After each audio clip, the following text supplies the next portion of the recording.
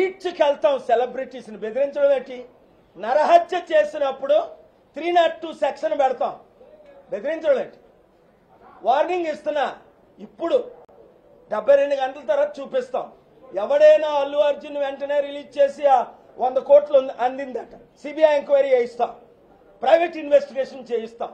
నాకు ఒక కొడుకు ఉన్నాడు, 2 కూతురు ఉన్నారు. నీ పిల్లలు నువ్వు గేమింగ్ ఆడి 1000 రూపాయలు లేనోడికి 50 లక్షలు ఎలాగొప్పిస్తున్నాడు?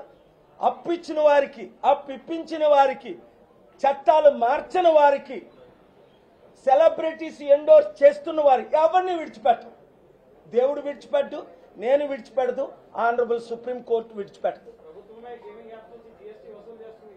అదే బుద్ధి లేక, అందుకే నేను ఇవాళ వెళ్ళి పర్సనల్ గా కలిశాను.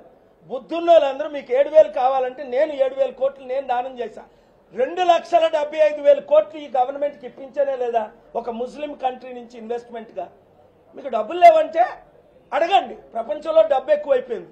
కానీ మీకు పిల్లలు ఉన్నారు, మీకు మనవలు ఉన్నారు, వాళ్ళ ప్రాణాలతో మీరు చెలగాటం ఆడుతున్నారు. లక్షల మంది చనిపోయారు, కోట్ల మంది చనిపోతారు.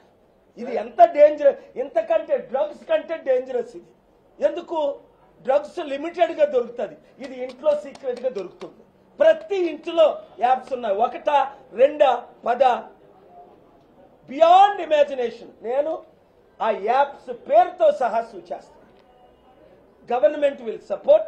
Honorable Supreme Court will not dismiss this material because I am giving a constructive reasons why. Grounds for interim relief, grounds main prayer. If you read it, I will provide this to all the media. Please.